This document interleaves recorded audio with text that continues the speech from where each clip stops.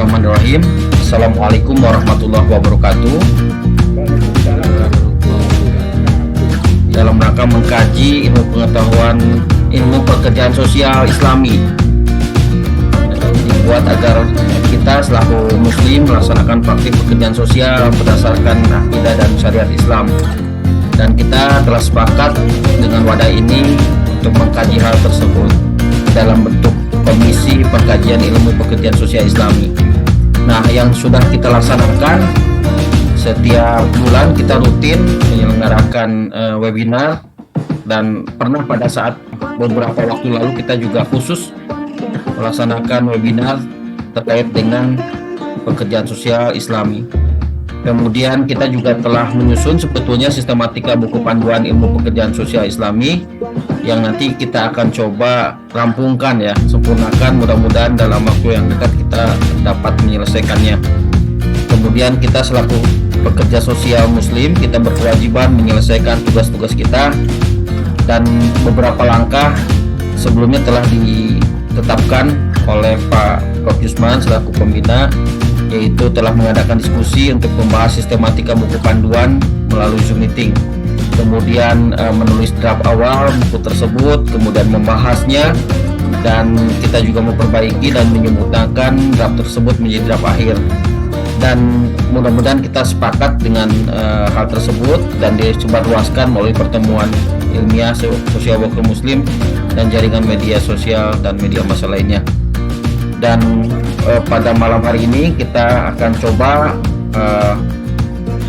melakukan hal tersebut, menyempurnakan ikhtiar yang telah kita lakukan beberapa waktu yang lalu. Mari kita buka acara ini dengan bacaan basmalah bersama-sama.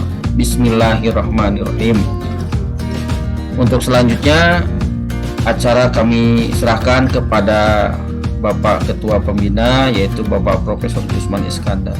Kami persilakan Bapak. Ya, baik Kang Agus. Bismillahirrahmanirrahim. Assalamualaikum warahmatullahi wabarakatuh. Alhamdulillahirabbil alamin. Asyhadu an la ilaha illallah wahdahu la syarikalah wa asyhadu anna Muhammadan abduhu wa rasuluh. Rabbi zidni ilman warzuqni fahma. Alhamdulillahirabbil alamin. Karena karunia Allah semata-mata kita dapat bertemu pada malam hari ini. Semoga pertemuan kita ini dalam lindungan, dalam ridho Allah Subhanahu wa taala. Saya doakan kepada kita semua ya, berikan ya kesehatan, kebahagiaan dalam kehidupan kita di keluarga sebagai keluarga sakinah, mawaddah, warahmah. Teman-teman social worker muslim yang saya hormati, ini adalah pertemuan yang ketiga atau keempat kalinya ya, dan malam ini kita perluas ya. Untuk khusus malam ini kita akan refleksi apa yang sudah dilakukan kurang lebih setahun yang lalu dan tertunda karena banyak sekali aktivitas aksi yang dilakukan. Di samping itu juga memerlukan berbagai konsultasi sehingga barulah malam hari ini pertemuan itu dilanjutkan. Teman-teman sejawat social worker, pertanyaan penting itu mengapa ada Islami ya dalam ilmu pekerjaan sosial. Ya, pertama yang melaksanakan praktek pekerjaan sosial itu nanti ya tentu berdasarkan ilmu pekerjaan sosial di Indonesia atau di banyak negara Asia itu adalah orang Islam. Sasarannya adalah umat Islam. Oleh karena itu mau tidak mau ya sebagai seorang Muslim ya kita harus mengikuti ya petunjuk ketentuan Allah tentang bagaimana seharusnya apa yang menjadi tanggung jawab seorang ilmuwan yang Muslim. Nah, saya ingin refleksi sedikit saja bahwa kita sudah bersaksi tiada Tuhan melainkan Allah. Asyhadu an la ilaha illallah wahdahu la syarikalah wa asyhadu anna Muhammadan abduhu wa rasuluh. Artinya kita sudah bersaksi bahwa tiada Tuhan melainkan Allah dan tidak menyekutukan Allah dengan siapapun, dengan apapun, dan kita sudah bersaksi bahwa Nabi Muhammad utusan Allah. Ya.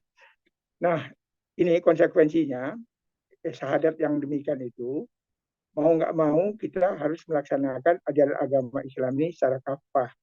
Ya, sebagaimana Allah telah mengatakan dalam surat dalam surat Taubah, ya, atau Toha, kalau nggak salah saya.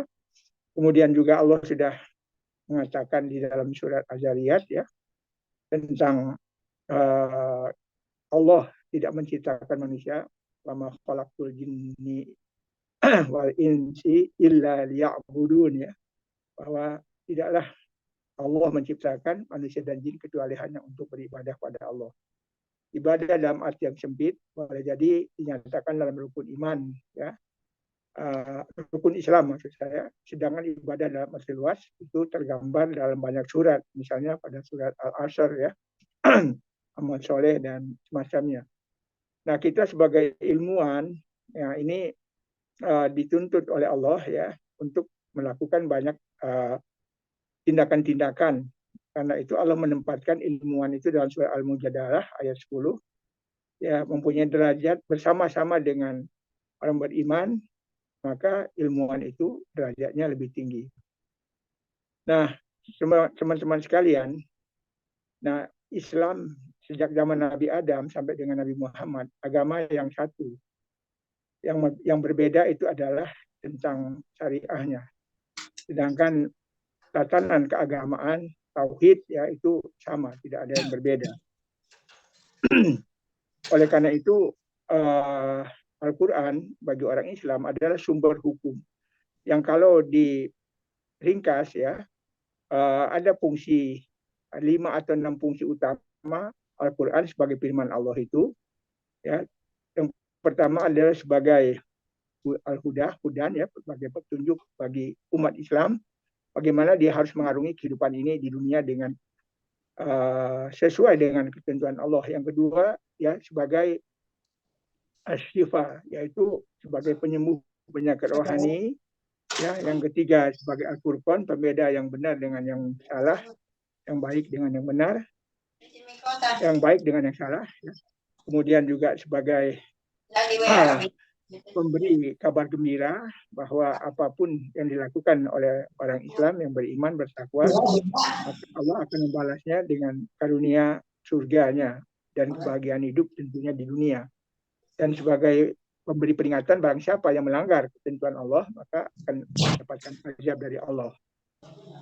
Nah, kemudian fungsi lainnya adalah Al-Quran ini sebagai rahmat dan kasih sayang Allah, ya, pada umat manusia. Nah, banyak sekali fungsi-fungsi itu. Karena itu dalam agama Islam, ya, untuk melaksanakan fungsi-fungsi agama Islam tadi yang dinyatakan oleh Allah dalam Al-Quran, maka sistem, ya, Islam itu yang kita pahami sebagai penyerahan diri yang sebulat-bulatnya kepada Allah dibangun oleh 3 kerangka utama, yaitu pertama yaitu sistem akidah. Akidah orang Islam, apalagi khususnya orang Islam yang khususnya menjadi social worker, sama dengan orang Islam yang umumnya, yaitu akidahnya, yaitu tauhid kepada Allah yang dinyatakan 2 kalimat syahadat dan dipertegas oleh surat-surat yang ada dalam Al-Quran, surat Al-Ikhlas, Juz Amma, kemudian surat Al-An'am dan lain semacamnya. Oleh karena yang kedua yaitu sistem syariah, aturan-aturan, hukum-hukum yang mengatur kehidupan manusia. Nah, seperti misalnya hukum perkawinan, hukum waris, ya, perdagangan, kemudian hukum tentang pekerjaan dan lain semacamnya. Nah, yang ketiga yaitu sistem akhlak, yaitu bahwa Nabi Muhammad itu diutus oleh Allah adalah untuk memperbaiki, menyempurnakan akhlak manusia. Nah, karena itu dalam banyak surat Allah sudah menegaskan tentang bagaimana akhlak seorang muslim.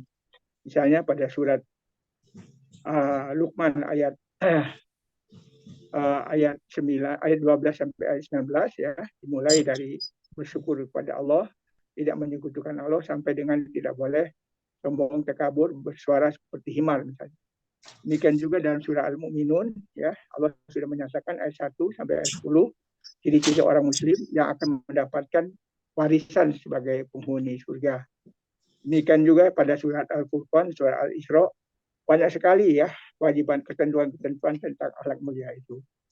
Nah, oleh sebab itu sebagai seorang pekerja sosial muslim, kita terikat dengan sistem tadi, akidah, kemudian syariah dan akhlak. Nah, tugas Nabi Muhammad saya katakan tadi itu bersentuhan betul dengan memperbaiki akhlak, memperbaiki masalah-masalah manusia, ya, diajak ke arah jalan yang lurus, ya, jalan yang diridhai oleh Allah. Nah, karena itu pekerjaan sosial yang dilakukan oleh social worker itu adalah memperbaiki manusia, mengubah perilakunya, ya, memberikan kemampuan-kemampuan, mengembangkan potensinya. Kita bukan profesi yang berhubungan dengan pembuatan alat-alat logam, bukan profesi yang berkaitan dengan upaya untuk menumbuhkan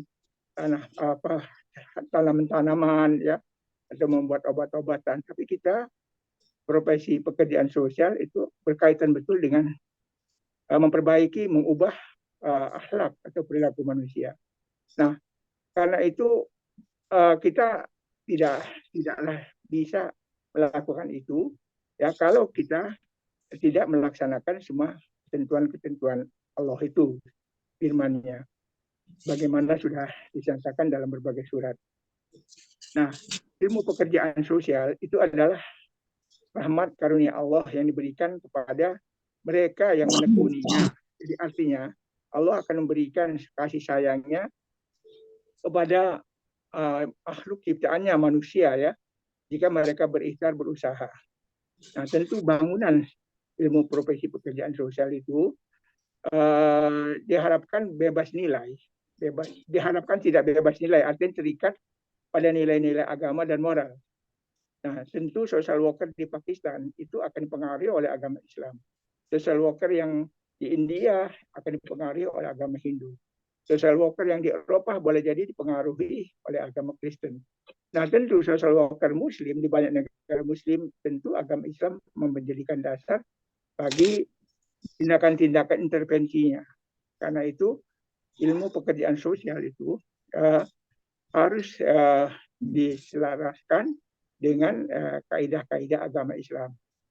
Ya, misalnya kita tahu bahwa bangunan profesi pekerjaan sosial itu pada dasarnya ada kerangka etika, ada kerangka etik, dan ada kerangka teknis.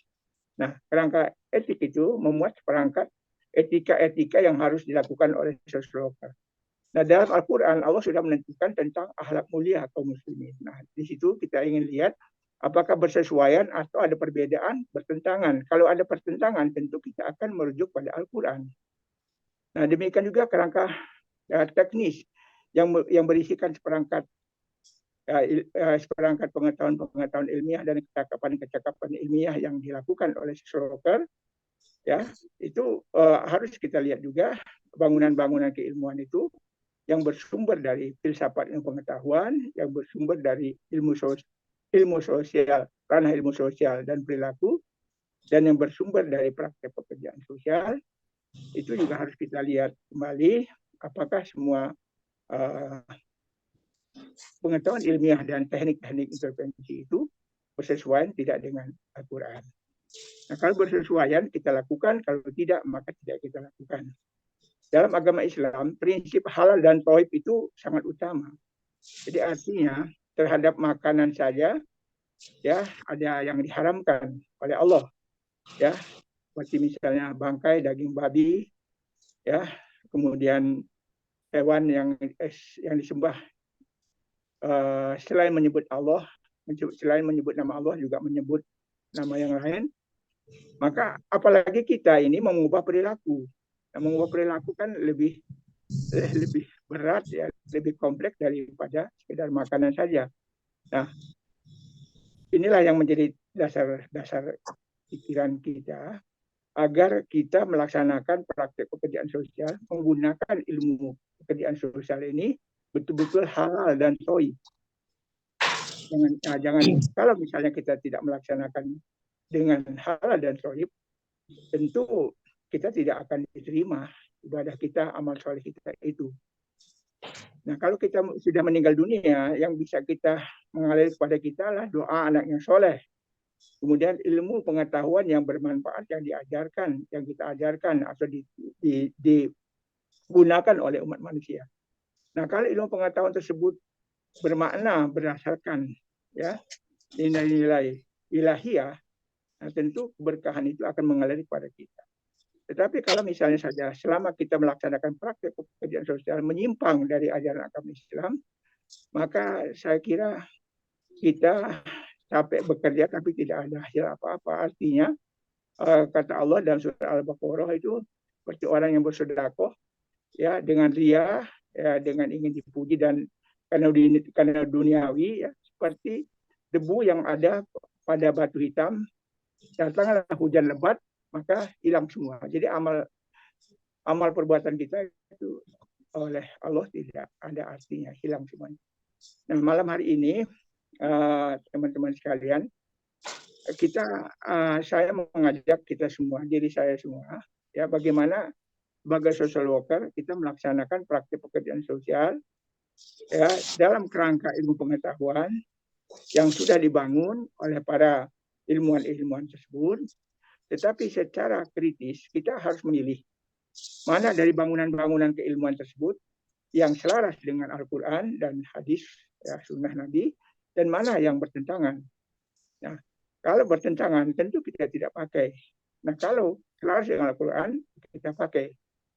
Nah, misalnya saja seorang social worker ya pada saat dia menangani kasus keluarga soal warisan misalnya, dia nggak bisa menyerahkan pada klien. Dia harus mengatakan bahwa orang Islam itu diperintahkan Allah membagi hukum waris berdasarkan surat An-Nisa ayat 12 sampai dengan ayat 14. Nah, seperti itu. Demikian juga misalnya tentang anak. Tidak ada lembaga adopsi dalam agama Islam, ya. Karena anak itu tetap menjadi binnya adalah ayahnya. Oleh karena itu anak adopsi itu adalah pelepasan ya hubungan antara ayah dan orang tua kandung, antara anak dan orang kandung. Dalam Islam itu dilarang sama sekali. Nah, jangan sampai nanti pekerja sosial karena dia larut dengan ilmu pengetahuan yang ada, kemudian dia melakukan praktik pekerjaan sosial yang bertentangan dengan ajaran agama Islam. Nah, inilah ajakan saya. Oleh karena itu, teman-teman sekalian, kita dalam beberapa waktu yang akan datang, ya, saya mengajak kita bersama-sama menyusun, ya, menulis buku panduan, ya, ya, ilmu pekerjaan sosial Islami. Nah, saya melihat, ya, setidak-tidaknya ada 4 bagian besar, ya, dalam buku itu. Yang pertama, Al-Quran, ya, dan hadis sahih sebagai panduan, ya, bagi social worker untuk melaksanakan praktek pekerjaan sosial. Nah, ini oleh karena itu kita akan dijelaskan situ bagi seorang social worker Muslim bahwa ada panduan-panduan dari Al-Quran dan Sunnah pada saat dia melaksanakan praktek pekerjaan sosial. Yang tadi sudah saya sebutkan, ada sistem akidah, ada sistem syariat, dan ada sistem akhlak, ya, dan seterusnya. Yang kedua, kita perlu menganalisis, ya, bangunan keilmuan pekerjaan sosial. Kita harus menganalisis lebih jauh filsafat pekerjaan sosial. Filsafat yang bersumber pada humanisme, yang bersumber pada utopianisme, yang bersumber pada pragmatisme, itu apakah selaras dengan ajaran agama Islam? Nah, kemudian kita juga perlu membahas, ya, tentang bangunan-bangunan, teori-teori dalam HBS, ya, teori-teori perilaku manusia dan lingkungan sosial. Misalnya ada teori-teori yang dikembangkan, kemudian ada teori-teori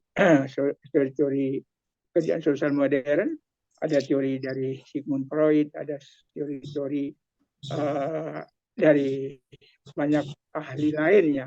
Nah, teori-teori yang selama ini diketengahkan, diajarkan kepada mahasiswa dan dipraktekkan oleh pekerja sosial, apakah semua teori tersebut halal dan tepat sesuai nggak dengan agama Islam?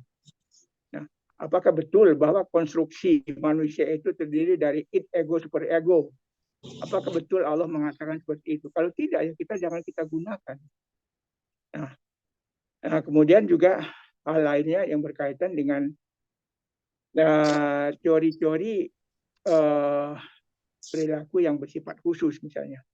Nah, selain itu juga kita perlu melihat, menganalisis juga tentang metodologi pekerjaan sosial, ya, aras intervensi makro, meso dan mikro, dan juga metodologi berdasarkan perspektif yang lama, ya, seperti Kisuk, Grupov dan semacamnya. Kontennya apakah sudah sesuai tidak dengan Al-Quran dan hadis. Nah, ada yang sesuai, ada yang tidak, misalnya saja. Kemudian yang berikutnya, kita juga perlu membicarakan, menganalisis tentang proses intervensi pekerjaan sosial.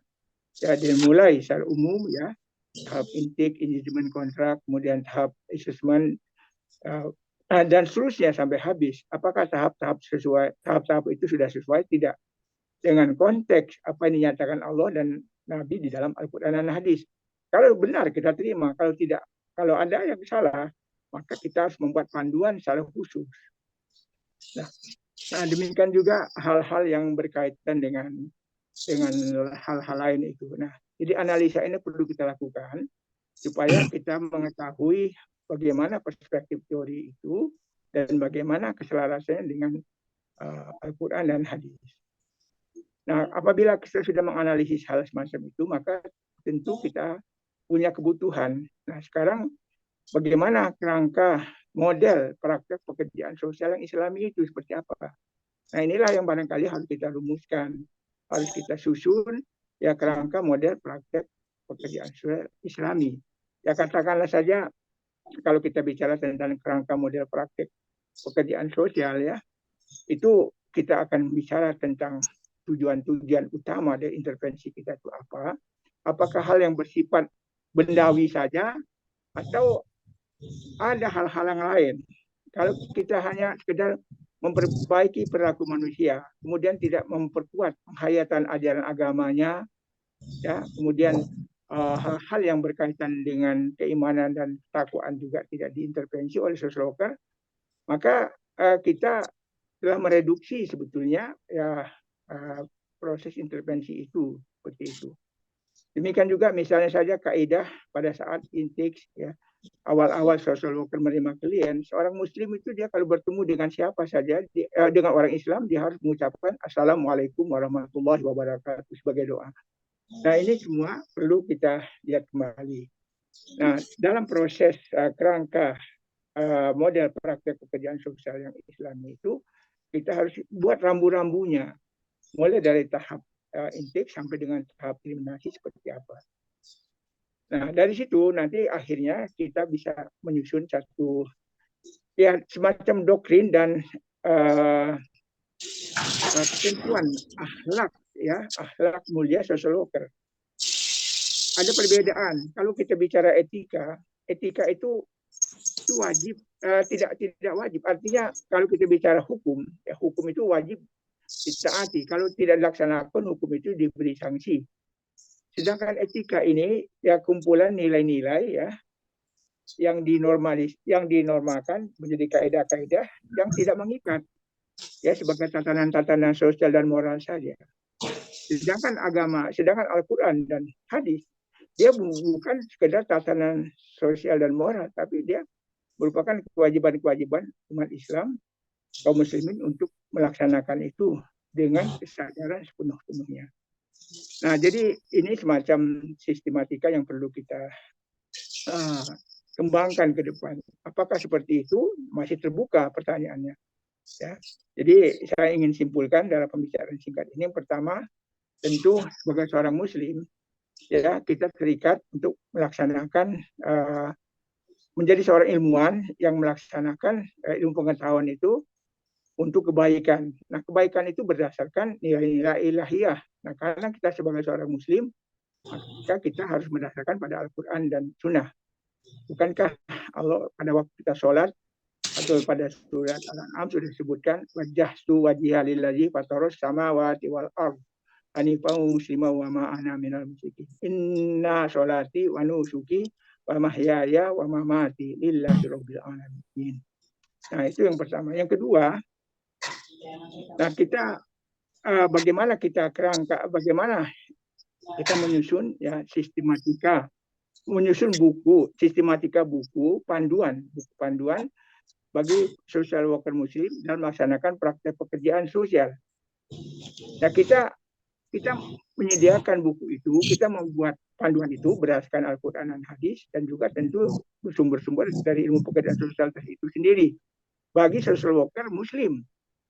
Nah, bagi social worker yang bukan muslim, tidak ada kewajiban kita untuk memaksakan mereka. Tentu mereka punya keyakinan dan agama sendiri. Ya, lakum dinukum waliyadin. Kita hanya membicarakan tentang social worker yang muslim. Nah, yang ketiga yang perlu kita bicarakan lagi nanti, siapa saja silahkan kita buka kesempatan lebar social worker muslim yang bersedia untuk menulis, ya, untuk menulis, memberikan tulisan-tulisannya sebagai unsur-unsur yang nantinya akan disatukan di dalam buku tersebut. Nah, kemudian selanjutnya tentu nanti harus ada tim penelaah, tim perumus, ya. Kita akan ambil dari dua sisi, tim penelaah perumus yang ulama-ulama ya ahli hukum fikih, ahli hukum akidah, dan ahli hukum Islam lainnya, ya, untuk menelaah itu pada satu sisi. Pada sisi lain tentu kita akan mengundang juga social worker yang ahli, yang setidak-tidaknya mereka sudah melaksanakan praktek pekerjaan sosial betul, ya, bukan mereka yang hanya jadi dosen saja atau mereka hanya jadi birokrat, tapi betul-betul mereka sudah melaksanakan praktek pekerjaan sosial. Nanti kita akan ajak mereka untuk menelaah. Nah, jika buku ini jadi kemudian ditelaah secara mendalam luas, mungkin perlu waktu yang cukup. Suatu saat buku tersebut bisa menjadi panduan yang dapat dimiliki oleh social worker muslim. Sehingga apa yang dikerjakannya sebagai seorang social worker dalam melaksanakan praktek pekerjaan sosial dibimbing oleh nilai-nilai ilahiyah yang bersumber pada Al-Quran dan Al-Hadis. Insya Allah apa yang dilakukan itu akan menjadi berkah dan punya makna bagi kehidupan dirinya. Nah, itu saja pengantar dari saya, Kang Agus. Untuk selanjutnya nanti kita akan diskusi. Mudah-mudahan apa yang saya sampaikan ini dapat jelas, karena saya sendiri sudah ngirim kepada teman-teman beberapa rangkaian video YouTube, ya, bagian pertama dulu, dan tulisan-tulisan yang lain. Terima kasih Kang Agus. Assalamualaikum warahmatullahi wabarakatuh. Kang Agus, Kang Dendi? Iya, Prof. Ya, saya cukupkan dulu, Kang. Silakan, Kang. Diskusi. Tadi sudah saya buat panduannya, ya. Kang Dendi? Ya, sebentar, Prof.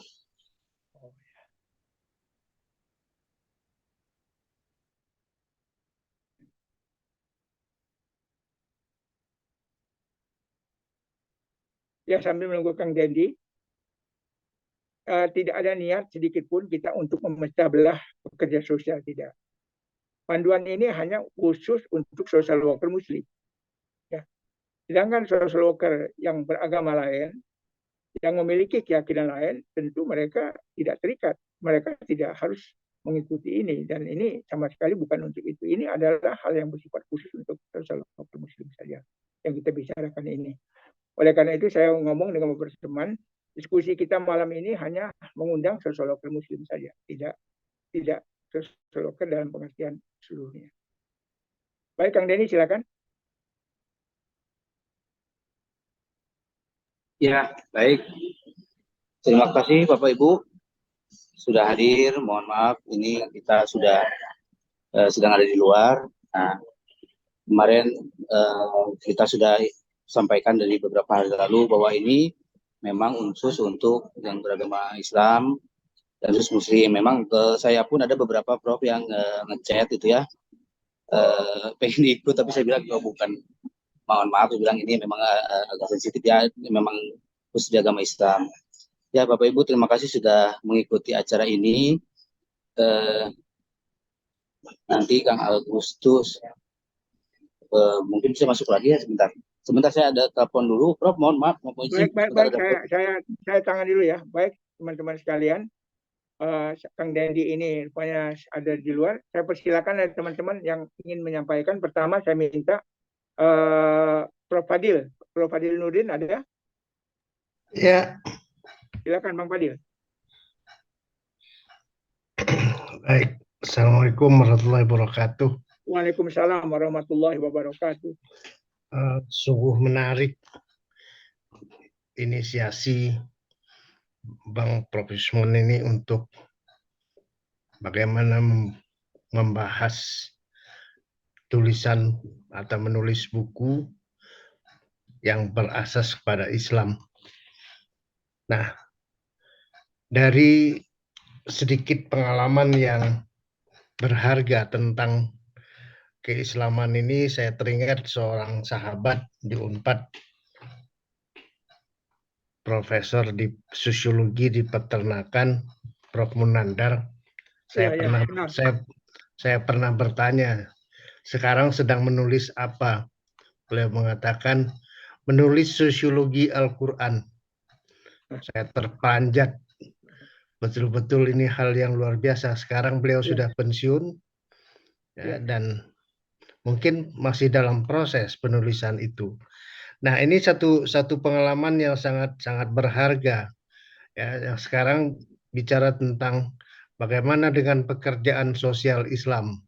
Ya, tadi sudah disinggung oleh Bang Yusman, ada mungkin hal-hal yang terkait dengan perbedaan ya, antara pekerjaan sosial perspektif Islam dengan yang agama lain.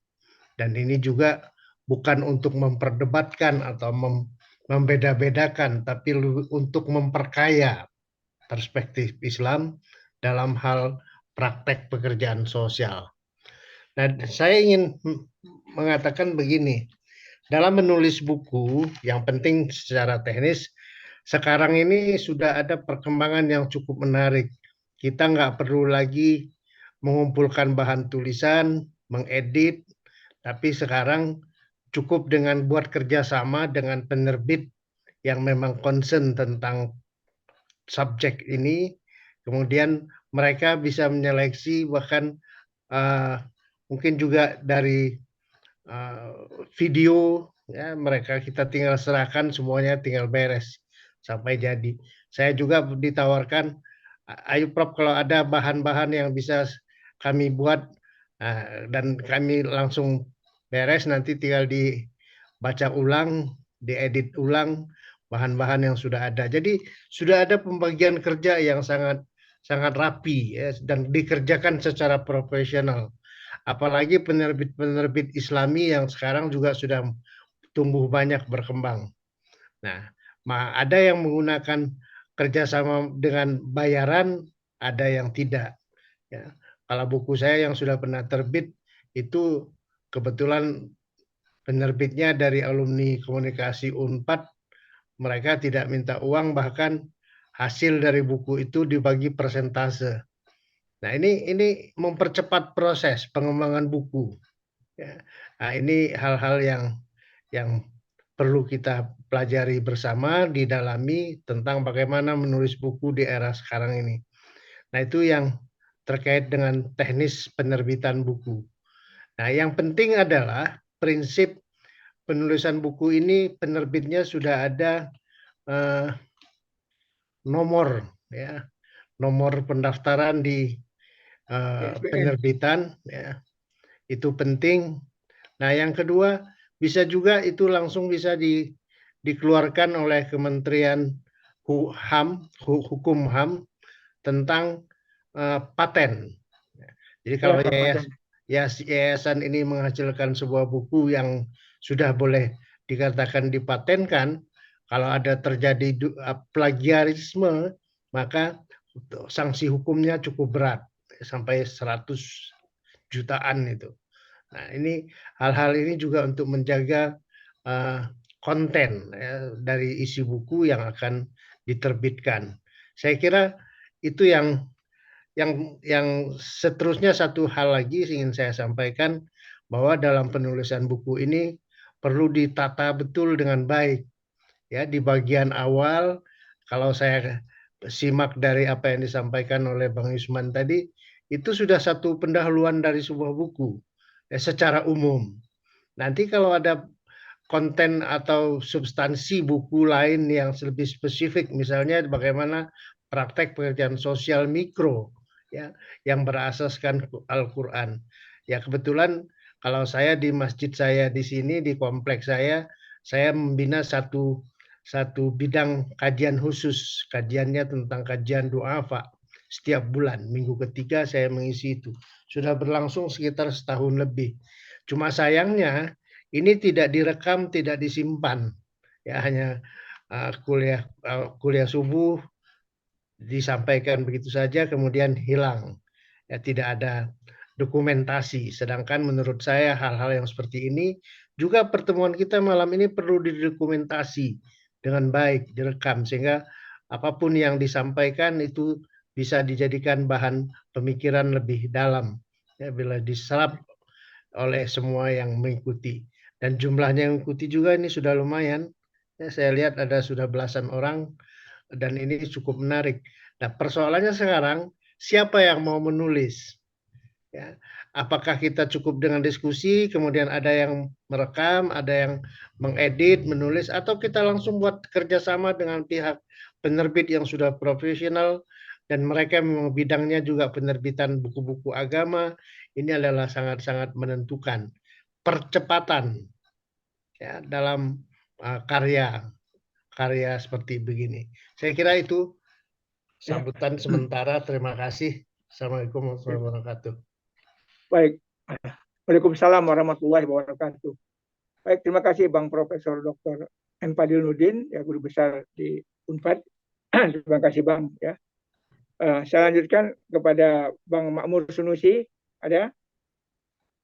Beliau bilang akan hadir, tapi dalam keadaan sehat atau sakit. Kan? Baik, rupanya Bang Makmur belum ada. Selanjutnya, saya persilakan Kak Lis Fahimah, sudah hadir belum? Alis? Ya. Baik, selanjutnya Kang Imron Rosadi. Ya, beliau ini eselon 2 di Menko Kementerian ya, Kesejahteraan Rakyat. Namanya apa sekarang saya lupa lagi. Belum hadir juga ya. Ya, kemudian yang berikutnya Siti Ana ada? Ya, belum hadir juga ya. Baik, Bang Ilham dari Ketua Jurusan Kesos UIN Makassar hadir? Belum hadir juga. Tadi siang konfirmasi insya Allah hadirnya. Kemudian sekarang Bang Samsudin ya, Dr. Samsudin. Silakan Bang Sam, tadi sudah hadir.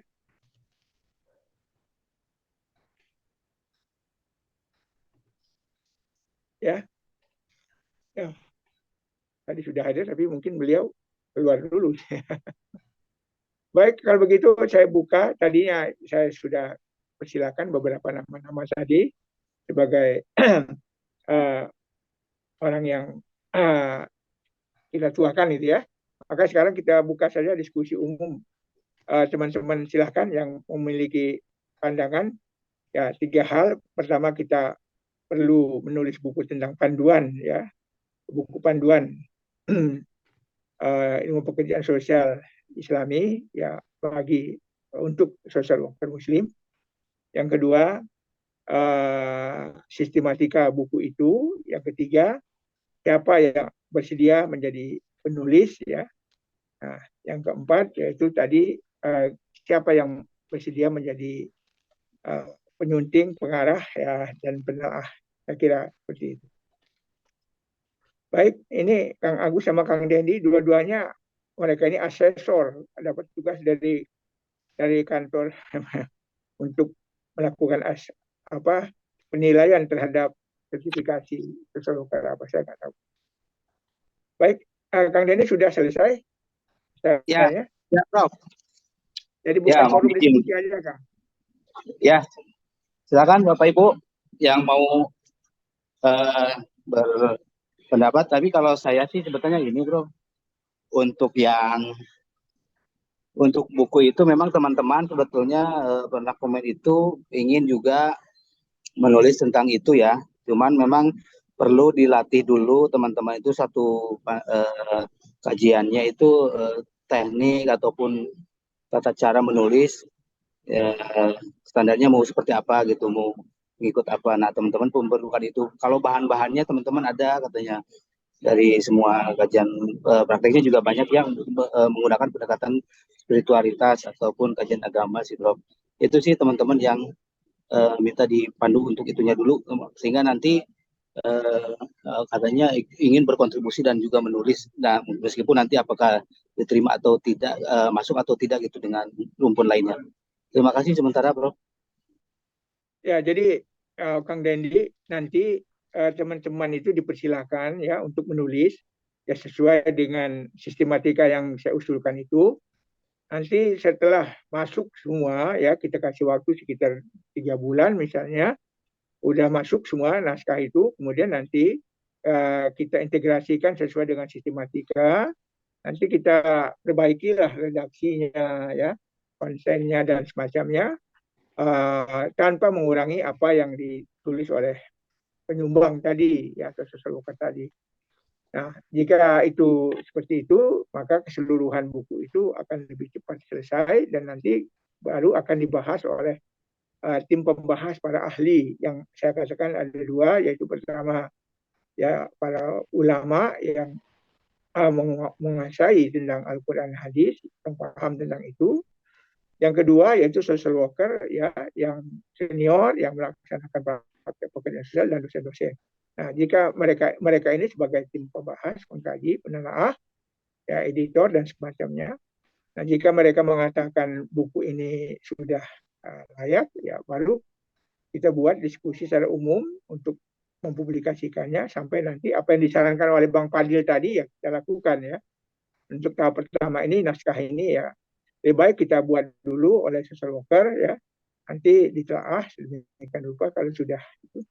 Jadi saya kira teman-teman silakan aja lah karena teman-teman itu udah S2, S1, S2, S3 bahkan tulisan ya dengan sistematika itu sumbernya jelas yaitu dari Al-Quran hadis dan dari buku-buku ilmu pekerjaan sosial.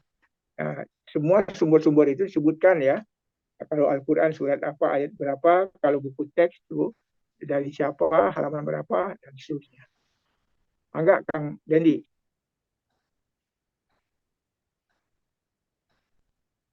Baik, ada lagi yang lain? Baik, teman-teman, ada lagi? Silakan. Mas Heru ada tadi. Silakan yang mau respon. Ada Bang Ali di sini, silakan. Dari Lukman boleh, Kang? Silakan. Siap. Terima kasih, Prof. Dan Kang Dendi. Izin, Assalamualaikum warahmatullahi wabarakatuh. Waalaikumsalam. Selamat malam, Prof, Bapak Ibu, akuntansi sekalian. Sebelumnya perkenalkan nama saya Lukman Faris Ar-Rasyid, mahasiswa pekerjaan sosial semester 7 dari Poltekkes Bandung. Tanggapan pertama dari Lukman, jujur ini forum pertama Lukman berkaitan dengan membahas tentang pekerja sosial Muslim, dan Lukman sangat senang sekali ternyata ada forum yang membahas tentang pekerja sosial dari perspektif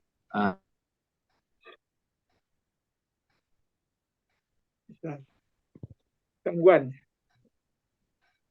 Halo Kang Lukman, bilang. Ya, ada gangguan rupanya ya.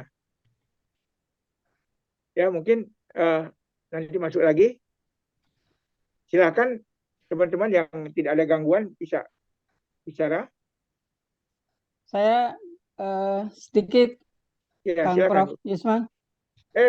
Siti Ana, Dokter Siti Ana, Penyati, silakan. Assalamualaikum warahmatullahi wabarakatuh. Waalaikumsalam warahmatullahi wabarakatuh. Ya, ini maaf saya terlambat turun dari luar ini. Ketika saya mendapatkan WA dari Kang Prof Yusman, senang sekali begitu ya bacanya, ini suatu yang luar biasa yang harus diapresiasi begitu. Karena dulu ketika saya mendapatkan materi ya dari dosen tentang sejarah berkembangnya pekerja sosial di Inggris gitu ya, dari CSO, dari kok ini ya, saya tuh mikir harusnya dari Islam mesti ada ini gitu ya. Eh, karena kita abad kelima sudah berbicara kan tentang itu Ya, sesungguhnya begitu ya Kang ya, Prof. ya, ya. Eh, apa maaf kalau tadi juga udah barangkali kalau sudah dibahas gitu ya.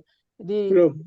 eh ya ketika Rasulullah itu memerangi zaman jahiliyah itu kan di abad kelima ya, itu kita sudah berbicara kan tentang bagaimana persoalan-persoalan sosial justice ya, persoalan-persoalan HAM untuk warga miskin ini, duafa gitu ya, sampai eh, Umar bin Khattab itu kalau nggak salah ya, kalau orang nggak bayar zakat aja akan diperangi begitu ya. Luar biasa mereka keberpihakan terhadap Islam, apa terhadap duafa ini gitu ya. Eh, jadi ya memang harus digali itu, eh, luar biasa ya nilai-nilai itu. Jangan sampai kita dilibas terus ya referensi-referensi Islam itu pada tataran apa ya, misi global para kaum Zionis maupun Neolib ya, supaya kita memang tidak bisa berbicara di dunia internasional begitu. Jadi luar biasa gitu ya. Kemudian juga itu jelas ya di surat Al-Maun itu kita dicap ya orang-orang yang pendusta agama. Mengerikan Ya, sekali itu sebetulnya gitu ya.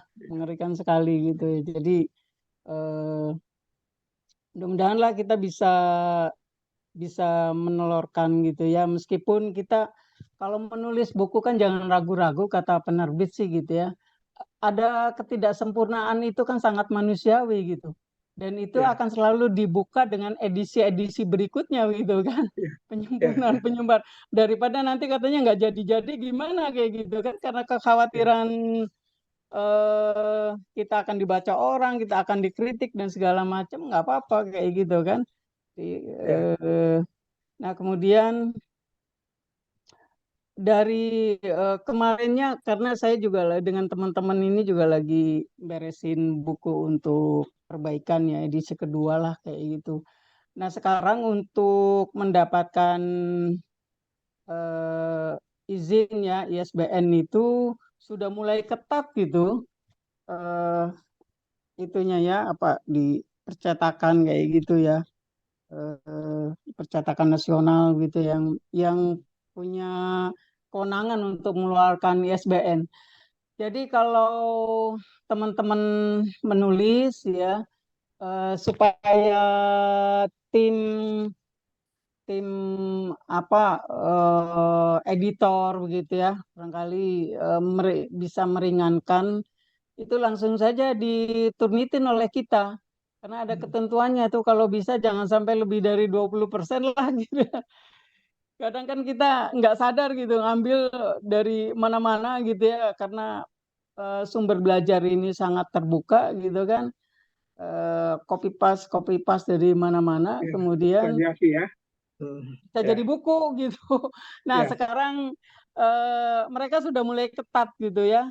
Saya dapat laporan gitu, jadi untuk mendapatkan ISBN itu sebaiknya memang penulis sudah mulai apa memfilter diri begitu ya, berapa eh, berapa persen ya tingkat apa similarity-nya gitu ya. Jadi kita akan lebih mudah jadinya di apa tim editor ini. ya, Kemudian juga Kang Pro, ya, kita kita sudah banyak juga ya teman-teman itu sebagai praktisi begitu ya, dan juga mungkin juga akademisi, juga merangkap praktisi. Ada best practice di lapangan yang memang juga perlu diakomodir begitu. Best practice-nya dalam rangka menularkan begitu ya pada yang lain, asal nanti kita berikan ya nuansa-nuansa keislamannya begitu ya, supaya sesuai dengan tema kita gitu. Dan terakhir saya sih dulu pernah itu membuat apa ya yang berhubungan dengan filsafat ilmu tuh, aksiologi ilmu gitu ya. Bahwa ilmu itu memang harus diamalkan, amal ilmiah dan ilmiah amaliyah gitu ya. Itu kan isi kita begitu ya, harus kita jalankan gitu. Cuma nanti tinggal apa nuansa-nuansa tadi ya, keislamannya perlu di backup gitu. Itu saja, Kang Prof. Terima kasih. Ya. Baik, Ana, Dr. Siti Ana Penyati ya, Ketua LPM Universitas Langgang Buana Bandung ya, yang beliau ini banyak berkiprah dalam penanganan kemiskinan ya, dan soal-soal pedulian terhadap umat Islam. Terima kasih, Ana. Baik, yang lainnya silakan. Mas Heru, ada? Ada Mbak Yuti itu, Kang Prof. Itu ya? Ya, Mbak Yuti, silakan. Dari LPM. Assalamualaikum warahmatullahi wabarakatuh. Selamat malam semuanya. Ya, terima kasih. Ya. Terima kasih Prof. Cisman dan semuanya sudah diundang di forum ini. Sebuah sebuah kebanggaan dan kepercayaan buat saya, Prof. Tadi menyimak dengan apa yang sudah disampaikan oleh teman-teman para senior semuanya. Pada dasarnya saya tadi menyimak dan saya sangat berbangga kalau seandainya buku ini bisa bisa terwujud, karena memang barangkali kita perlu membuat sesuatu yang bisa dijadikan sebagai pegangan, terutama untuk kita para pekerja sosial Muslim, sehingga tadi kata Prof. Cisman bahwa apa yang kita lakukan insya Allah bila berdasarkan pada agama, tentunya insya Allah itu menjadi ibadah kita. Begitu ya Prof ya tadi itu kalau nggak salah. Ya mudah-mudahan. Untuk sementara ini mungkin Prof, teman-teman semua, saya menyimak dan pada dasarnya insya Allah saya akan mencoba untuk mendukung apapun yang akan kita lakukan nanti. Tapi kalau untuk menulis mungkin belum sampai Prof ke sana. Tapi insya Allah saya akan coba menjadi bagian dari penyusunan buku ini. Insya Allah. Terima kasih, itu aja dulu sementara. Assalamualaikum warahmatullahi wabarakatuh. Waalaikumsalam warahmatullahi wabarakatuh. Alhamdulillahirabbil alamin. Ya, saya ini sudah puluhan tahun nggak ketemu sama Teh Yuti. Suaranya berubah jadi selamat Teh Yuti. Aduh. Iya. Sehat Teh Yuti. Alhamdulillah Prof. Alhamdulillah. Ya, alhamdulillah ya. Ya udah kita sudah mulai ini ya, udah mulai sepuh ini ya. Sehat ya Teh ya. Baik. Nuhun Teh. Nanti pasti membantu Teh. Ya. Terima kasih atas sediaannya untuk duduk dalam bersama-sama kita. Silakan yang lain. Ya, izin Prof. Silakan Mas Heru. Bang Sam Sudin ini ketua asosiasi sosial Apsagi ya, dari Kendari ya. Dr. Dari Samsudin, ya. Sekarang di Makassar Prof. Oh pindah Bang? Iya, sudah di Makassar sekarang Prof. Oh iya selamat Bang Bang Samsudin ya. Silakan. Terima kasih Prof atas undangannya. Ya. Yang kami hormati juga Prof Fadil Nurdin. Beliau banyak membimbing saya juga waktu di kuliah di USM.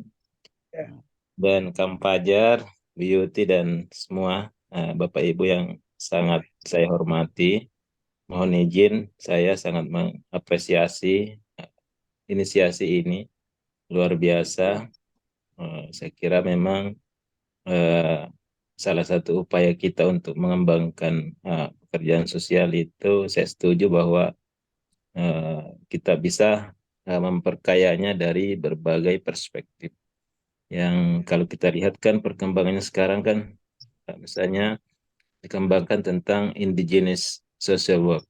Ya, kalau di psikologi juga ada asosiasi psikolog Islam ya kalau tidak salah.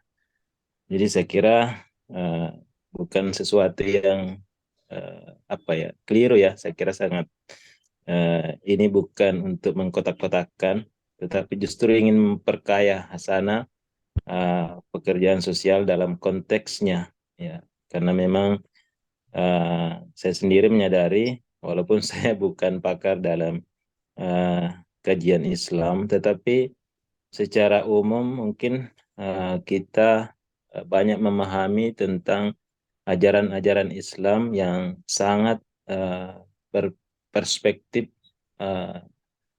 dalam pekerjaan sosial. Artinya sangat mendukung ya apa namanya nilai-nilai itu. Dalam tataran praktik sendiri, kebetulan saya banyak bekerja dengan lansia.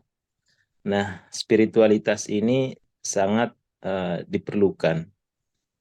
Dulu pernah juga saya menulis tentang sebuah artikel tentang memahami dimensi spiritualitas dalam praktek pekerjaan sosial, yang pada intinya adalah bagaimana kita memberdayakan klien secara emosional berlandaskan pada nilai-nilai agama yang dia anut. Ya, kalau kita di Islam tentu jika kita memahami ajaran-ajaran ini, tentu dalam prakteknya akan sangat membantu kita di dalam memberikan penguatan kepada klien yang kita akan berikan penguatan. Tentu saja dalam hal ini adalah dalam praktek mikro. Ya, dan misalnya dalam konseling, dalam psikoterapi, ini akan sangat membantu. Mohon izin Prof, saya sedikit apa namanya mengutip beberapa pandangan-pandangan. Misalnya saya kurang tahu apakah ini ayat atau hadis, tetapi kalau dalam pikiran saya ini sangat mungkin bisa disesuaikan nanti apakah ini sesuai atau tidak. Misalnya di dalam surat Al-Asr itu kan ada salah satu maknanya kalau tidak salah itu kita diwajibkan untuk saling menasihati di dalam kebaikan. Jadi kalau menurut saya ini sangat sesuai dengan dalam praktik mikro itu untuk misalnya diterapkan dalam misalnya untuk konseling ya. Jadi bagaimana nilai ini mendasari praktek di dalam praktek konseling, misalnya walaupun dalam konseling itu sendiri bukan sekedar nasihat, tetapi di dalamnya adalah sebuah percakapan yang intinya adalah bagaimana membimbing orang untuk pada jalan kebaikan atau untuk ya kalau dalam ini untuk pemulihan lah seperti itu, Prof. Kemudian yang lainnya misalnya dalam definisi pekerjaan sosial adalah memperjuangkan hak asasi manusia, maka salah satu ajaran Islam itu kita mungkin sangat familiar bahwa setiap manusia kedudukannya adalah sama di hadapan Allah Subhanahu wa taala, yang membedakan adalah tingkat ketakwaannya. Kemudian yang lainnya misalnya mungkin ini hadis atau apa, misalnya kita, dalam hal prinsip kerahasiaan misalnya ada ajaran yang dalam ketika kita menolong, misalnya tangan kanan memberi, tangan kiri tidak mengetahui, artinya prinsip kerahasiaan ini sebenarnya juga sejalan dengan apa namanya ajaran di dalam Islam. Saya kira itu saja Prof yang dapat dapat saya sampaikan sebagai pandangan pribadi saya. Ini mungkin apakah ini sesuai atau tidak, mudah-mudahan bisa memberikan warna. Sekian Prof, terima kasih. Assalamualaikum warahmatullahi wabarakatuh. Waalaikumsalam warahmatullahi wabarakatuh. Terima kasih Bang Sam ya, apalagi sudah menulis buku tadi ya. Artikel tadi saya kira pedulinya sangat tinggi dia. Baik, luar biasa Bang Sam ini. Merendah hati ya beliau. Terima kasih Bang Sam. Nanti kita bersama-sama kita dalam tim ya untuk menulis ini, insya Allah ya. Terima kasih Bang Sam. Bang Ilham hadir nggak? Tadi ngomongnya insya Allah bisa hadir, tapi nggak tahu, mungkin ada kesibukan ya. Baik, terima kasih. Ada yang lain? Silakan yang mau bicara setelah Bang Sam tadi. Masih ada? Silakan. Saya mohon izin, saya ingin menyapa Bang Yusman. Saya ingin menyapa Adinda Syamsuddin ini sudah lama nggak silakan. Ya, terima kasih. Saya jumpa antara tahun 2012 sampai 16. Sekitar tahun 2014 kami intens berinteraksi dengan Syamsuddin di University Sains Malaysia. Ketika itu saya diundang sebagai visiting associate professor di University Sains Malaysia. Ya, mudah-mudahan apa yang jadikan pertemuan kita ketika itu menjadi modal ya, aset ke depannya lebih baik. Terima kasih Bang Usman. Terima kasih Bang Propadil ya. Rupanya ini antara Suhu sama muridnya bisa bertemu malam ini ya. Terima kasih Bang Syamsuddin ya, Bang Fadil ya. Ya, kita nggak tahu takdir Allah bisa menemukan kita malam ini ya. Padahal kita nggak pernah berencana sebelumnya. Baik, terima kasih Bang Fadil, Bang Sam. Baik, yang lain silakan. Mas Heru sudah masuk. Mas Catur. Ada 35 orang yang menyatakan bersedia hadir ya, tapi nggak tahu dalam perjalanan beberapa waktu dari 3 hari yang lalu mungkin tiba-tiba ada kegiatan mungkin banyak ini. Siapa lagi yang mau bicara? Izin Prof. Ya, Lukman, oh Prof. iya, silakan. Lukman, kenapa putus tadi? Iya Prof, maaf tadi mati lampu, jadi tiba-tiba langsung keputus sinyalnya. Oh Langsung iya, keluar silakan. tadi. Iya, mohon Silakan, maaf tadi. Lukman. Melanjutkan ya Prof. Ya. Mungkin pendapat Lukman sih lebih dari sudut pandang mahasiswa ya, yang kalau beda dari Bapak Ibu sebelumnya yang mungkin bahasanya berdasarkan teori dan pengalaman yang Bapak Ibu pelajari. Kalau Lukman sih berdasarkan yang saat ini Lukman ketahui aja gitu Prof. Nah kalau dari Lukman sendiri tadi ya sangat menyambut baik sih adanya pembedahan lebih lanjut lah mengenai pekerja sosial dalam perspektif Islam gitu. Karena memang yang Lukman rasakan sendiri selama menempuh pendidikan pekerja sosial udah 7 semester di Poltekkes ini, belum banyak gitu yang memang menyinggung masalah pekerja sosial dengan Islam ini gitu. Padahal pada kenyataannya mayoritas murid di kampus Lukman dan bahkan mayoritas pengajar di kampus Lukman seorang muslim gitu, yang mana ya seperti yang tadi Prof. Yusman sudah sampaikan di awal, seorang muslim itu ya wajib menjalankan 3 kerangka utamanya gitu, yang tadi akidah, syariat sama akhlak gitu. Nah harapannya juga pekerja sosial kan profesi yang sangat mulia ya, profesi yang kita menolong orang lain, kita memberdayakan orang lain di saat mereka tidak mampu gitu. Harapannya tujuan mulia dari profesi pekerja sosial ini tuh selaras sama keyakinan kita sebagai seorang muslim gitu. Lukman sangat sepakat banget sih tadi seperti yang disampaikan Prof. Jangan sampai kita udah maksimal menjalankan teori pekerja sosial, tapi sayangnya teori yang kita jalankan itu tidak berlandaskan Islam gitu, sebagaimana kita seorang muslim gitu. Jatuhnya jadinya kayak sia-sia, kita udah capek-capek tapi nggak terhitung sebagai sebuah amal di sisi Allah gitu. Itu kan jadi kayak ya sayang aja gitu, kayak ibarat kata debu ya terbang aja gitu. Dan juga kalau dari Lukman sendiri, kalau misalkan berkaitan dengan penulisan buku, kalau Lukman pribadi mungkin belum bisa banyak bantu berkaitan dengan penulisan buku. Cuman insya Allah pada saat nanti buku ini bisa terwujudkan, insya Allah Lukman sih akan sangat bersedia untuk membantu membumikan gitu ya, supaya teman-teman mahasiswa, teman-teman anak muda-mudi itu juga bisa tersadarkan gitu bahwasanya ilmu atau perkembangan pekerja sosial saat ini tuh harus dikembangkan dengan cara kita melihat juga dari perspektif Islam gitu. Apalagi yang mayoritas di Indonesia ini penganut muslimnya banyak gitu ya. Ya otomatis ya kalau bisa ilmu pekerja sosial dari perspektif Islam ini harus diinisiasi sama orang-orang di Indonesia sendiri gitu. Dan ini juga sih antusiasme Lukman ini juga beranjak dari cerita beberapa alumni Prof dan Bapak Ibu sekalian. Ada beberapa alumni kenalan Lukman yang tidak melanjutkan kuliah pekerja sosialnya di kampus Lukman lantaran melihat ternyata ilmu pekerja sosial yang dipelajari itu ada ada ketidakselarasan dengan nilai-nilai Islam yang dipahaminya gitu. Alhasil merasa kayak tidak relevan lagi dengan nilai Islam, akhirnya dia tidak menyelesaikan lanjut kuliahnya gitu. Yang ini menurut teman sangat disayangkan ya, karena kan sebenarnya kan ya profesinya ini profesi yang sangat mulia, tinggal ya diluruskan sedikit lah, mungkin ada beberapa hal yang harus diluruskan biar sesuai dengan berlandaskan Islam, karena memang kita landasannya Islam bukan lagi landasan Barat ya, karena kan kalau yang Lukman pahami, mayoritas yang diajari di kampusnya Lukman itu masih banyak menggunakan teori-teori Barat gitu.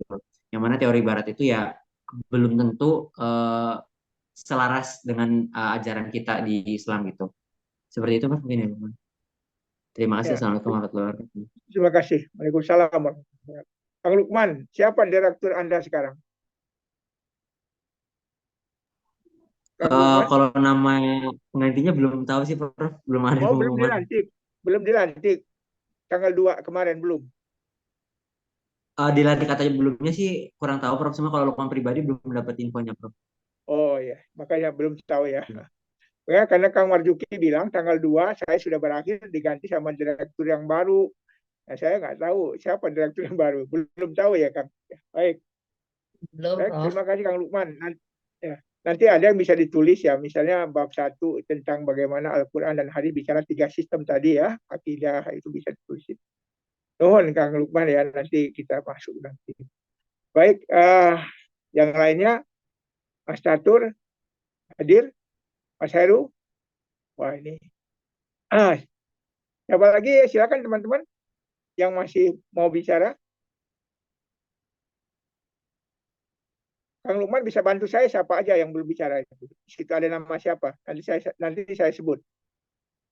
Ada siapa saja di situ namanya. Mas Heru lagi ada tamu katanya. Ya, terus siapa lagi? Mbak Supatmi. Mas Fatmi. Iya, dari Dinsos Prof Jabar, Prof. Ya, silakan. Silakan. Tapi apa beliau ada nggak ya itunya? Ya. Baik, cuman ya silakan.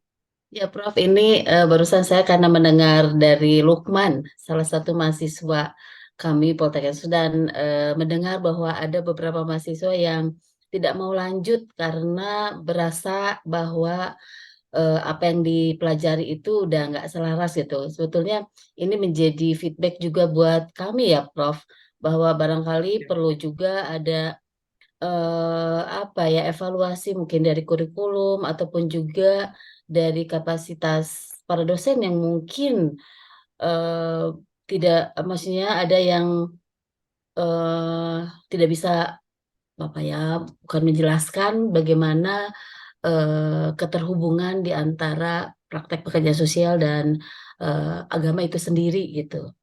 Jadi Mas Lukman terima kasih ya. Mungkin nanti ini juga feedback buat kurikulum kami di Poltekkes. Walaupun tidak banyak, saya yakin ya 1-2 orang ya, Lukman ya. Iya, Ya, oke. Ya Bu, iya Bu.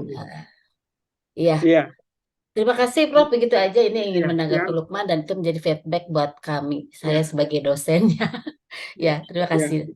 Ya benar, Teh Yuti ya. Memang kadang-kadang ya memang mungkin dosen itu untuk bersifat netral, semua agama sama ya. Jadi kemudian hak menentukan hal sendiri, tidak boleh memaksakan ya. Ya. Barangkali pandangan-pandangan ini yang sering muncul ya. Dosen itu di samping juga misalnya membicarakan tentang itu tentang apa? Tentang pekerjaan sosial harus berdasarkan pada nilai-nilai budaya ya. Dan nilai-nilai budaya itu kan dari sisi Islam ada yang sesuai dengan ajaran Islam, tapi ada juga yang bersifat ya penyembahan, mengkultuskan, mempersekutukan Allah dan semacamnya. Oleh karena itu dalam konteks ini kita seharusnya menggunakan ya nama Islam, tidak menggunakan spiritualisme ya. Kalau kita menggunakan ya spiritualisme itu berbeda dengan kalau kita bicarakan Islam sebagai ad-din ya. Nah, ini barangkali Ya nanti mungkin buku ini akan membuat panduan-panduan Teh Yuti ya. Betul. Nanti hal-hal semacam itu nanti Hmm. dosen bisa melihat rujukannya pada Al-Quran surat apa, hadis Ya, riwayat siapa dan seterusnya. ya, siap Prof. Kita Terima tidak kasih Prof. ya, tidak menggurui. Tidak. Baik Ya. Teh Yuti. Baik, yang lain silakan. Ya, Ya, izin Prof merespon silakan. itu. Iya, merespon Kang Lukman. Jadi itu juga saya pernah alami dulu 2011 ya, pertama kali dulu praktik eksos yang beneran gitu ya. Nah, untungnya pada saat itu saya di salah satu lembaga di Muhammadiyah gitu. Nah, akhirnya di situ saya compare, dalami dua-duanya, dan akhirnya ya ketemu sebetulnya kok meskipun sejarah praktik eksos kita itu banyak charity di Eropanya di gereja ya, tapi juga ada kok sebetulnya lebih tua di Islam itu sudah duluan gitu sebetulnya. Cuman memang tidak banyak istilah khusus, tetapi memang sudah jadi syariat saja. Tapi kalau mau belajar boleh di lembaga saya gitu, di LKSA saya silakan untuk mencari itu ya. Barangkali ada teman-teman mahasiswa yang pengen mencari lebih jauh yang mungkin belum disampaikan oleh teman-teman dosen karena memang ada batasan di kurikulum mungkin ya. Silakan. Terima kasih Prof. Ya, baik ya, memang teori-teori kemiskinan itu banyak harus dibedah itu ya. Karena dalam Islam itu pertama orang miskin yang diterima Allah itu adalah orang yang betul-betul papa tapi tidak menunjukkan bahwa dia miskin dan meminta-minta, itu pertama. Yang kedua, sudah ada dalam zakat itu ketentuan-ketentuan penerima zakat, termasuk fakir nomor 1, nomor 2 miskin. Nah, kemudian juga ada kewajiban-kewajiban mengeluarkan zakat. Kalau tidak terpenuhi zakat, belum termasuk dia harus mengeluarkan infak dan seterusnya. Saya kira ini mungkin yang jadi persoalan. Jadi charity itu dalam agama Islam nggak dikenal. Ya, charity itu nggak dikenal dalam agama Islam. Karena dalam Allah sudah mengatakan ya orang miskin yang tidak menampakkan diri dan orang nggak tahu dia itu miskin. Yang kedua ya, konsep tentang kewajiban mengeluarkan zakat. Ya, kalau zakat itu diberikan bukan kepada yang berhak, itu juga satu hal yang berdosa. Yang ketiga, agama Islam menekankan tentang fungsi harta itu bersifat jamaah, kira-kira semacam itu. Ya. Baik, ada hal yang lain nanti kita bahas dalam buku itulah. Mungkin panduan-panduan, perlu panduan tentu tidak sangat tinggi sekali. Nanti lampiran-lampiran dari panduannya akan terus menulis. Jadi kalau satu kali menulis, mungkin nanti buku itu akan terus ada banyak itu buku. Baik, Kang Denny masih ada? Saya cukup. Itu Bunda Siti mau coba bicara? Silakan. Sedikit Pak Prof.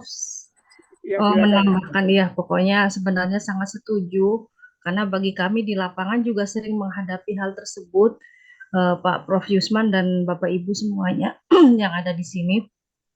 Seperti salah satu contohnya adopsi. Adopsi itu kan di dalam Islam sebenarnya kalau maaf sekali buat kami warga NU itu kan sebenarnya tidak diperbolehkan karena bagaimanapun juga akan ketika mengadopsi anak laki-laki kelak ketika dewasa dia bukan muhrim bagi ibunya, anak perempuan bukan muhrim bagi ayahnya kalau memang diadopsi dari orang lain kecuali saudara sendiri yang masih ada hubungan darah dari kedua belah pihak misalnya. Nah, ini pun menjadi kesulitan ketika kita tidak ada panduan untuk hal tersebut, sementara pekerja sosial yang ada adalah kita buku-bukunya, artinya panduan buku-bukunya tidak mengarah kepada hal-hal yang bersifat Islami. Jadi kita akhirnya kearifan lokal yang ada berdasarkan hal-hal yang kita ketahui aja gitu. Artinya kita bahwa adopsi itu diperbolehkan di Permensos sekian boleh. Kemudian nanti ada ditetapkan di pengadilan anak akan menjadi anak adopsi. Tetapi saya pribadi ketika ada klien yang mau proses adopsi sambil mengemukakan masalah yang berkenaan dengan keagamaan gitu. Artinya di luar diri kita sebagai Peksos karena memangnya ini butuhnya buku panduan ini pada saat praktek gitu. Ketika kita mengemukakan adopsi itu cotanya calon orang tua angkatnya adalah Islam ya dengan bangganya kita mengatakan itu, menyertakan hal itu bahwa sebenarnya dalam Islam itu adopsi seperti ini gitu kan. Nah, kalau kita non-Muslim yang kita hadapi calon orang tua adopsi yang nggak kita kemukakan gitu.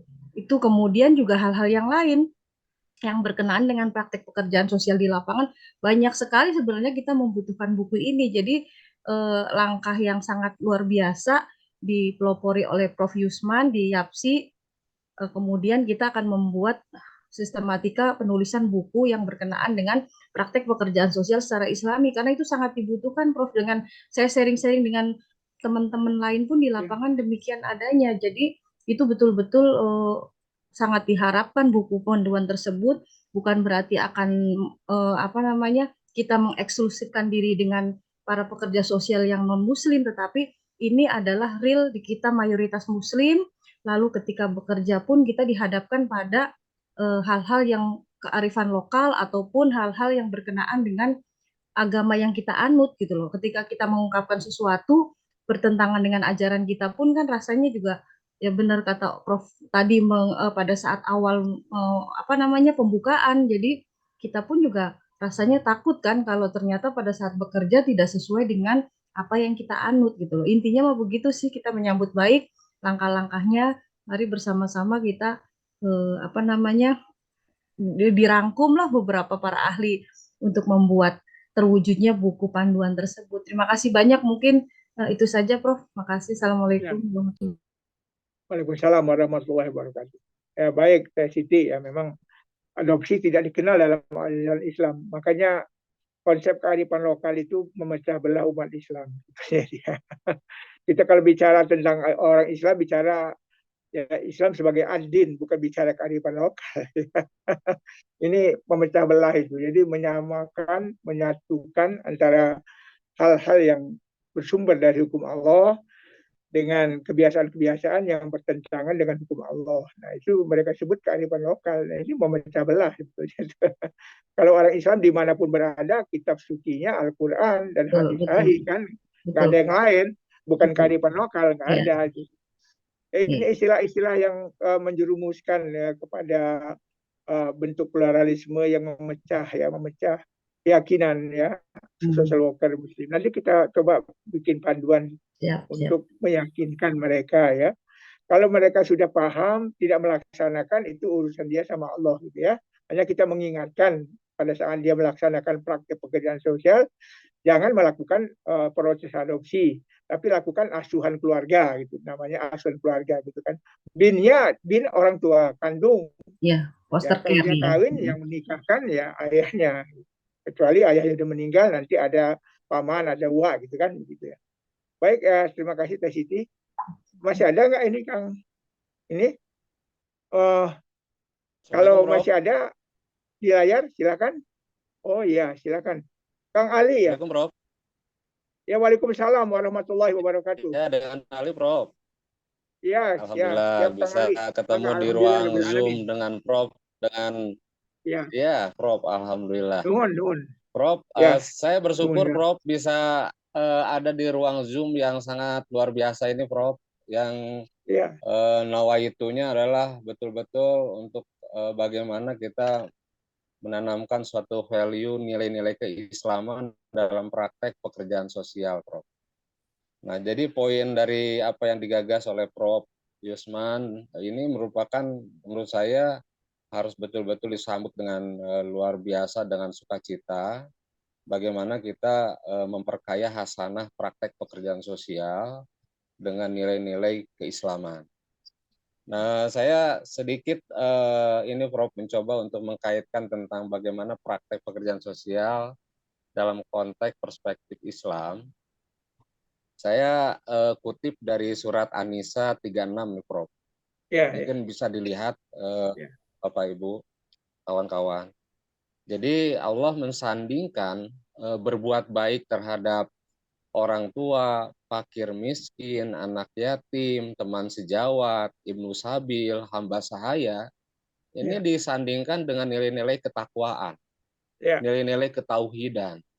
Jadi saya mau ngambil poin gini, Prof. Kalau seorang Muslim dan dia menyerang sebagai seorang pekerja sosial, pasti dia menjadi peksos yang hebat, Prof. Kenapa? Karena dia sudah mencoba menanamkan nilai praktek pekerjaannya dengan ketauhidannya, Prof, dengan keimanannya. Dan ini betul di An-Nisa 36 ini Allah menyebutkan bahwa sembahlah aku, jangan kamu mempersekutukan aku. Langsung Allah menyandingkan dengan kamu berbuat baiklah kepada kedua orang tuamu, karib kerabatmu, anak-anak yatim, orang-orang miskin, tetangga dekat, tetangga jauh, teman sejawat, ibnu sabil, hamba sahaya yang kamu miliki. Sungguh Allah tidak menyukai orang-orang sombong dan membanggakan diri. Berarti sebetulnya, Prof, ini nilai Islam ini adalah nilai-nilai praktek pekerjaan sosial. Di situ terkandung tentang nilai kesetaraan, nilai tentang humanistik, bagaimana menghargai harkat martabat manusia. Jadi poinnya, Prof, kalau saya pribadi, saya sangat berharap ikut menjadi bagian dari yang bisa menulis buku tentang perspektif pekerjaan sosial dalam perspektif Islam. Dan mungkin ke depan, Prof, ini perlu dibuat bagaimana kita merangkai buku panduan atau perspektif Islam ini dalam konteks praktek pekerjaan sosial. Apakah ini kita akan buat dalam bentuk book chapter dengan mengumpulkan sejumlah isu-isu kontemporer yang dibuat oleh seorang penulis, atau seperti apa, Prof? Atau seperti apa, Prof? Mungkin ini perlu petunjuk lanjut nih, Prof, untuk bagaimana kita menggarap suatu buku ini, Prof. Terima kasih, Prof. Wassalamualaikum. Waalaikumsalam warahmatullahi wabarakatuh. Terima kasih Bang Ali. Nanti kita masuk bersama-sama menulis ya. Ya, sistematika ini kan tadi draft sistematika itu ya. Masih draft sekali. Yang pertama ya kita harus menulis tentang Al-Quran dan hadis sahih sebagai sumber ya bagi praktek pekerjaan sosial yang dilakukan oleh social worker Islam. Jadi harus bersumber dasar. Yang kedua yaitu kita menganalisis ya tentang kerangka bangunan keilmuan pekerjaan sosial ya. Kita analisis itu semua dulu ya. Bagian ketiga, dari situ kita menyusun kerangka model praktek pekerjaan sosial Islami. Seperti apa itu? Tentu. Ya. Yang keempat nanti kita bicara tentang doktrin dan akhlak mulia social worker Muslim ya, dalam praktek pekerjaan sosial. Nah, kemudian nanti lampiran-lampirannya banyak, Bang Ali. Seperti Bang Ali tadi bicara ya, nanti ada lampiran-lampiran misalnya salah satu praktek pekerjaan sosial koreksional, praktek pekerjaan sosial keluarga dan seterusnya. Termasuk tulisan-tulisan yang lain yang bersifat khusus ya itu akan tertampung di sana. Jadi maksud saya buku ini diawali dulu dari buku ini, kemudian nanti akan mengalir berbagai buku-buku lain yang menyertai buku itu gitu kan. Nah, yang jadi masalah sekarang buku induknya belum ada yang menulis buku ini. Kalau misalnya saja fikih tentang wanita banyak, yang menulis fikih tentang jual beli ada, yang menulis ini sedang ada. Tetapi yang menulis tentang pekerjaan sosial belum ada. Padahal kita adalah mengubah perilaku. Nabi Muhammad itu tugasnya adalah memperbaiki akhlak mulia kan. Maka kita juga akan memperbaiki akhlak, membangun akhlak. Dalam arti kata menyelesaikan masalah tentu pedoman kita pada Al-Quran dan hadis kan. Gitu. Inilah yang akan kita buat panduan itu. Sehingga social worker dia kerjanya dengan benar sebagai ilmuwan, dan pekerjaan itu dinilai Allah pekerjaan yang halal dan thayyib itu, sehingga dia merupakan nilai ibadah pahala yang berkah menurut dia. Jangan sampai ya kita capek gawe ya kemudian salah kita mengerjakannya. Ya misalnya kita membangun ekonomi umat, kita mengembangkan riba itu haram bukan hukumnya. Nah, jadi artinya sama sekali nggak berkah yang kita lakukan itu kan. Justru kita memberantas riba, kita lakukan dengan cara-cara yang non riba gitu kan, cara masyarakat. Nah sayangnya umat Islam ya social worker Islam banyak nggak paham tentang itu, mengikuti sistem ekonomi yang ada di pasar gitu, itu dikembangkan. Ya nantilah kita buat Bandung. Terima kasih Bang Ali, luar biasa ini Bang Ali ini ya, alhamdulillah. Baik yang lain masih ada Kang Heru, Mas Heru Sunoto, Saking Semarang. Matur suwun, Profesor Yusman. Bismillah. Assalamualaikum warahmatullahi wabarakatuh. Waalaikumsalam warahmatullahi wabarakatuh. Maaf tadi ada tamu teman kantor bawa anaknya. Ini prinsip tadi yang pengantar dari Pak Yusman tadi yang sekitar seperempat zaman tadi itu prinsip bagus ya. Jangan sampai kita itu pulang ke akhirat kita tidak membawa amal karena ternyata yang kita kerjakan tidak sesuai dengan agama kita. Itu memang keprihatinan yang sangat bagus. Dari keprihatinan itu ya meskipun pada dasarnya selama ini kita bekerja memperbaiki orang klien itu pasti difalsafahi ya kalau bicaranya filsafat difalsafahi oleh bangunan Islam yang ada di dalam benak kita masing-masing. Nah, tapi kan itu nanti jadi tidak terstandar ketika tidak ada buku panduan. Jadi idenya Pak Profesor Wisman ini bagus sekali. Kita sepakat. Bismillah, moga-moga kita dimudahkan oleh Allah untuk menyusun buku panduan bagaimana menjadi peksos yang Islami. Terima kasih. Kira-kira begitu saja. Nanti prosesnya seperti apa menurut saya. Matur suwun. Matur suwun ya. Terima kasih Mas Heru ya. Ya, terima kasih banyak Mas Heru. Ya, ini ilustrasi aja. Sarjana farmasi atau ahli farmasi dia membuat buku panduan cara membuat obat baik. Sehingga ahli-ahli farmasi itu dia punya panduan dalam membuat obat yang baik kan ya. Ya kita ya apalagi kita memperbaiki akhlak ya harus punya. Nuhun. Baik, yang lain ada? Kalau masih ada silakan. Ya, kita sampai jam 9 kalau masih ada, silakan. Sedikit ada tambahan saja. Ya, silakan saya Dr. Ana. Ya, tadi saya menyambung ya tentang adopsi segala begitu ya. Jadi harusnya kan aturan-aturan itu kan berbasis kepada ini ya, kepada apa yang kita percayai gitu ya, berdasarkan agama begitu. Jadi kita juga jangan ragu-ragu untuk membuka kembali barangkali kompilasi hukum-hukum Islam itu seperti apa sih melihat adopsi gitu. Itu sudah ada atau tidak gitu ya. Jangan sampai nanti kita ingin melaksanakan Islam secara kafah, kemudian orang lain menstigma bahwa kita ini intoleransi gitu kan.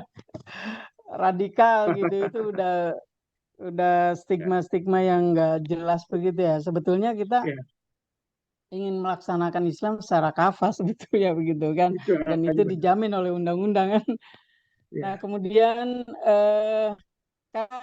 yang penulis ini akan banyak mensitat atau mengambil ya firman-firman Allah gitu ya, Kang Prof.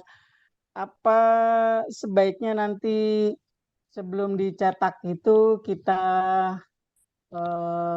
ingin ahli-ahli tafsir ini paling tidak membaca begitu ya, membaca apa yang mau kita luncurkan sehingga itu tidak akan menjadi debatable gitu di lapangan gitu, karena ini kan akan menjadi rujukan oleh banyak orang gitu. Kemudian kalau kita membaca itu kan memang ada ada tekstualnya seperti apa gitu. Kemudian kontekstualnya kan gimana juga gitu ya, ayat-ayat itu gitu ya. Juga asbabul nuzulnya gimana gitu ya. Jadi itu kan dipelajari oleh ahli-ahli tafsir ya. Kalau saran saya sih sebaiknya tadi ya, mohon dibacakan sajalah sama ahli tafsir gitu. Karena kita kadang-kadang kan barangkali ya kalau tidak banyak menggeluti ya ilmu tafsir kan kita tekstual aja kan cenderung begitu. Itu saja. Terima kasih. Baik, Diana. Ya, waalaikumsalam. Baik, Diana. Insya Allah nanti kalau draft sudah selesai, kita kumpulkan, kita tulis sebagai draft awal. Ya kita ingin ahli dari dua sisi. Pertama ulama ya, ulama Quran ya, ulama Islam yang mumpuni. Yang kedua yaitu social worker yang senior, yang pakar di bidangnya. Jadi nanti mereka menelaah itu. Insya Allah lah, saya kira kita tidak membicarakan ayat-ayat Al-Quran yang hanya Allah yang mengetahui maknanya, tapi hal-hal yang jelas Misalnya dalam surat soal waris ya, pada surat ayat 12 sampai ayat 11 ayat 12 An-Nisa sampai 14 itu sudah jelas itu. Laki-laki satu bagian, laki-laki 2 bagian, perempuan 1 bagian.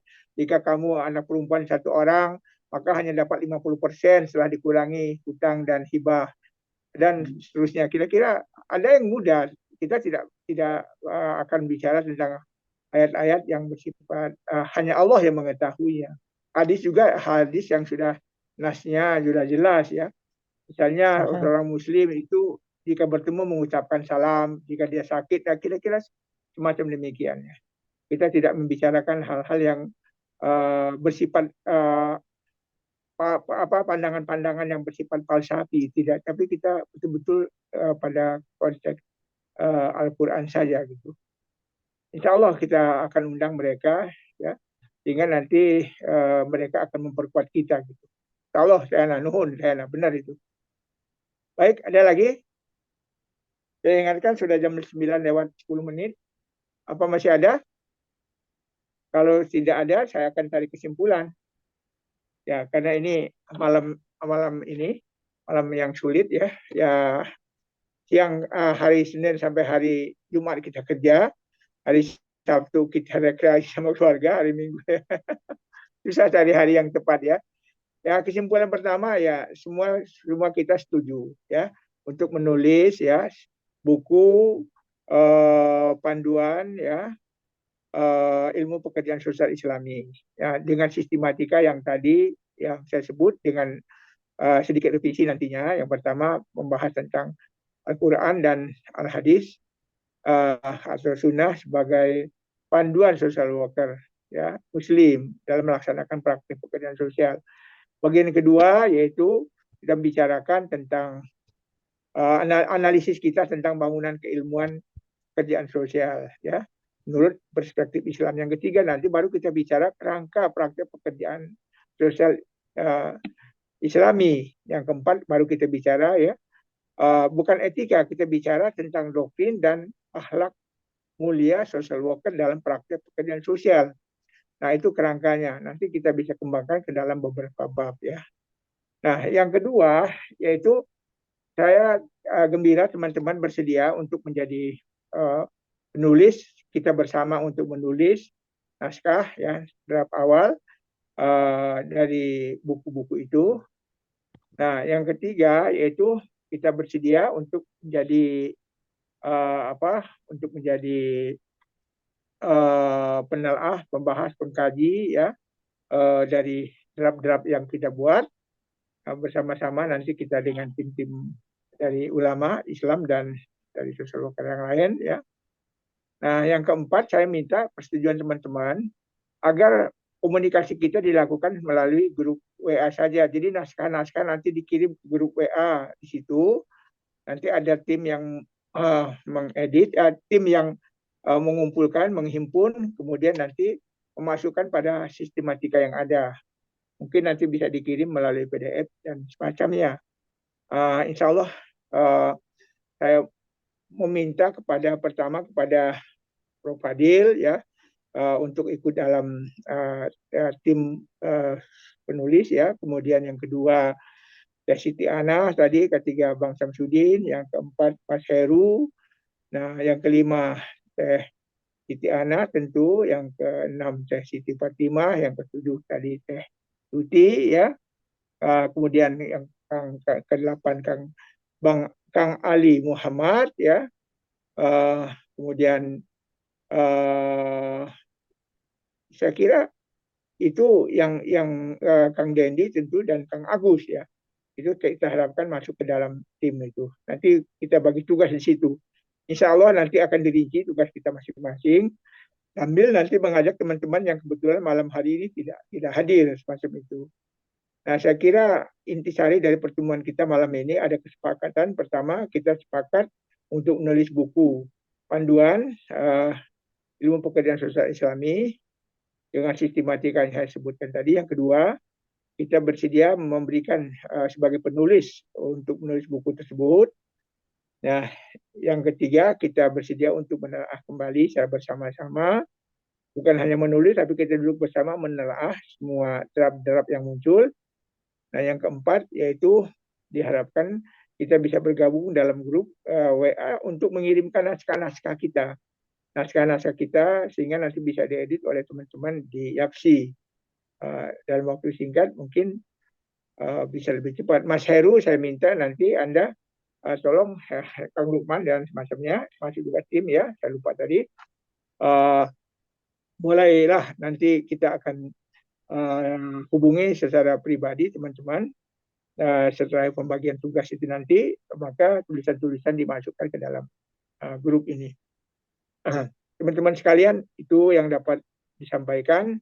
Tidak ada di sini siapa menjadi apa, tapi kita bersama yang mengerjakan. Kalau toh saya sebagai di YAPSI, ya sebagai penanggung jawab, karena YAPSI itu sudah berbadan hukum, ya ada izin dari Menteri Hukum HAM RI, izin dibuat oleh notaris, ya, dan sudah berdiri sejak tahun 2016 dan sudah ya, 3 tahun terakhir ini melaksanakan aktivitas yang banyak gitu kan. Oleh karena itu bagaimanapun juga kita melakukan sesuatu jika tidak bernaung pada suatu badan hukum itu akan tidak mudah. Nah, dengan bernaung pada badan hukum ini, insya Allah apa yang kita lakukan dapat kita laksanakan dengan sebaik-baiknya. Itu saja, terima kasih kepada teman-teman sejawat yang telah bersusah payah ya mengurangi waktu istirahatnya. Semoga kehadiran dan saran-saran masukan teman-teman ini sebagai salah satu jalan ibadah dan amal soleh yang diberkati oleh Allah SWT.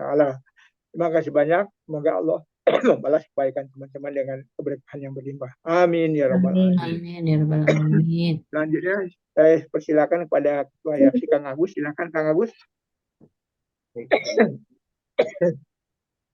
Sudah juga batuk.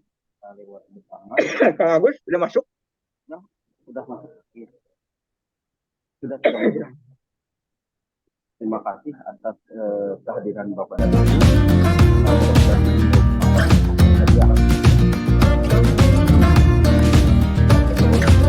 Ada pikiran kita akhiri acara ini dengan doa sedikit.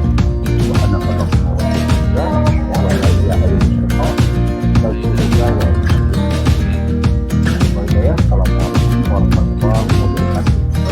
Waalaikumsalam warahmatullahi wabarakatuh. Terima kasih. Ya, bangga Prof. Terima kasih juga buat semuanya. Ya, Dana. Amin, amin. Sami-sami. Maaf ini batuk ini udah tua. Aduh, Muda tapi Prof.